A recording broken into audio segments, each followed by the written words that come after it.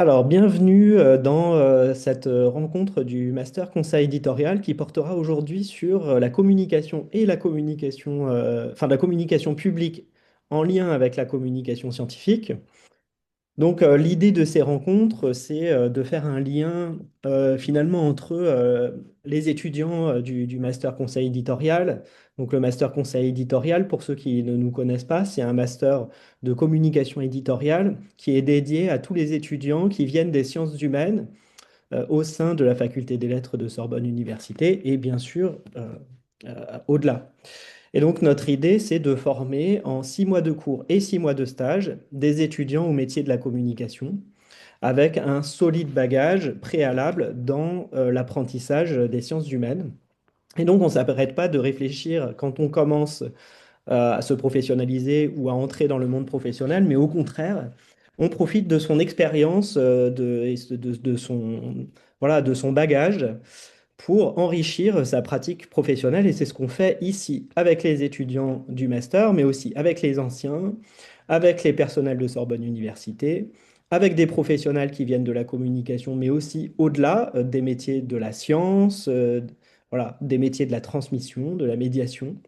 Et donc l'idée, c'est de partager nos expériences et nos expertises autour de sujets qui sont des sujets d'actualité, voilà, et qui sont préparés et animés par nos étudiants. Donc, ce projet, c'est un projet d'année. Donc, il y a 4 rencontres qui sont préparées et animées par les étudiants. Je vais laisser peut-être Claire Abrieux expliquer quel est le projet et ensuite on lance la conférence.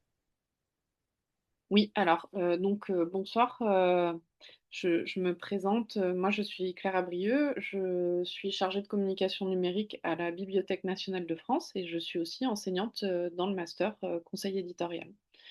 Et en fait, ce cycle, il permet, effectivement, comme l'a dit Sébastien, d'entretenir un réseau vivant et d'enrichir nos connaissances, que ce soit pour les anciens étudiants, pour des professionnels de la communication et évidemment pour les étudiants actuels qui se forment à la communication événementielle sur ces séances-là. Donc en fait, cette année, avec eux, on a décidé de réfléchir à la communication publique. Et on a déroulé le programme en 4 séances. La première séance, elle nous a permis de réfléchir à la façon dont on peut agir en communication publique. La deuxième séance est sur la communication scientifique. La séance suivante nous permettra de nous demander comment la communication publique peut toucher les jeunes. Et enfin, notre journée qui sera une fin de journée en présentiel permet de vraiment travailler sur la question de, des informations et comment renouer la confiance entre les acteurs publics et les citoyens.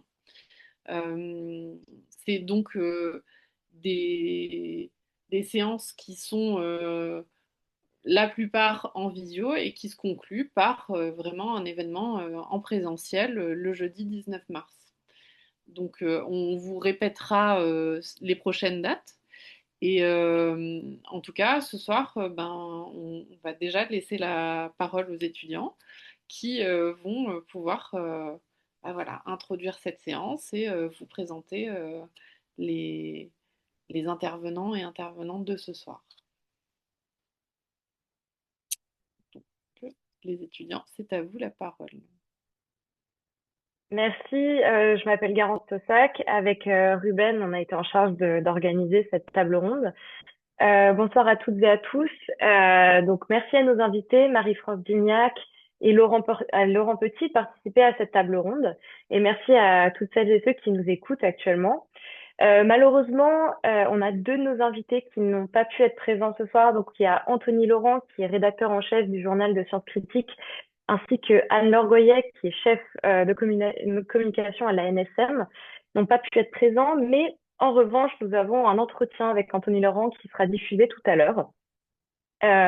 Donc, pour vous présenter un petit peu comment est-ce qu'on a construit cette table ronde? Quand on parle de la crise climatique, des grands aménagements comme les méga-bassines ou encore des enjeux de santé publique comme la pollution, les épidémies, les pesticides, les scientifiques sont absolument indispensables dans le débat public. Mais pourtant, le régime de la parole scientifique, il arrive de rentrer parfois en conflit avec les besoins de vulgarisation des recherches et l'utilisation de ces résultats à des fins politiques. On a là un mélange entre science, politique et lobbying qui risque parfois d'entacher la parole scientifique d'un doute sur sa nature, sur ses finalités, et peut mener à entretenir une attitude qui est anti-science. Fin 2025, le secrétaire d'État américain à la santé, Robert F. Kennedy Jr., a annoncé la réduction du nombre de vaccins infantiles obligatoires, passant de 18 à 11, selon Politico. Et ça, le tout sans fournir de quoi justifier ce choix drastique. Alors que les États-Unis font face à une résurgence préoccupante des maladies infantiles, comme la méningite par exemple, le ministre qui clame rendre l'Amérique saine à nouveau provoque l'inquiétude chez les experts de santé par ses positions vaccino-sceptiques. Ceux-ci déplorent une crise de confiance entre la population et les institutions, et ils s'inquiètent du discours qui est porté par l'administration Trump concernant la santé publique, qui se l'est de fausses affirmations, notamment les vaccins seraient à l'origine du développement de l'autisme chez les enfants.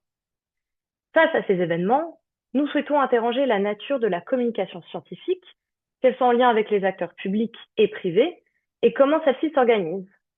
On voudrait également faire état du besoin de vigilance dans la transmission des connaissances scientifiques vers le grand public. Alors, bonsoir à tous. Alors, dans ce contexte, les questions de santé publique occupent aujourd'hui une place centrale dans les débats contemporains et constituent un terrain particulièrement révélateur des enjeux liés à la communication scientifique dans l'espace public. La crise sanitaire liée au Covid-19 en offre une illustration récente en ayant placé la science et les chercheurs au cœur de l'espace médiatique.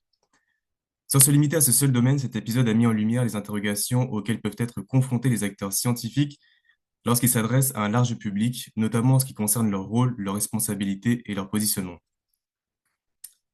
Dès lors, comment nourrir le débat public avec des données scientifiques? Comment diffuser et transmettre la parole scientifique? Quel peut être et quel doit être le rôle de la science dans les débats publics? Donc ce soir, pour en parler avec nous, Monsieur Laurent Petit, bonsoir. Vous avez obtenu un doctorat en sciences de l'information et de la communication et vous enseignez actuellement cette discipline au sein de la Sorbonne Université depuis 11 ans. Vous prenez part activement au projet SOUND, un projet de transformation institutionnelle et scientifique ayant pour ambition la pluridisciplinarité et l'inclusion citoyenne.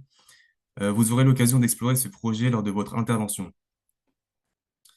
Également ce soir avec nous, Madame Marie-France Dignac, donc bonsoir. Vous êtes chimiste et spécialiste de la pollution des sols par les plastiques, ainsi que directrice de recherche sur la biologie des sols au sein de l'INRAE, que vous avez rejoint en 2001. Vous avez également participé au cycle de négociation du traité mondial contre la pollution plastique au sein du comité de direction de la coalition des scientifiques, sur lequel vous aurez également l'occasion de pouvoir revenir avec nous ce soir.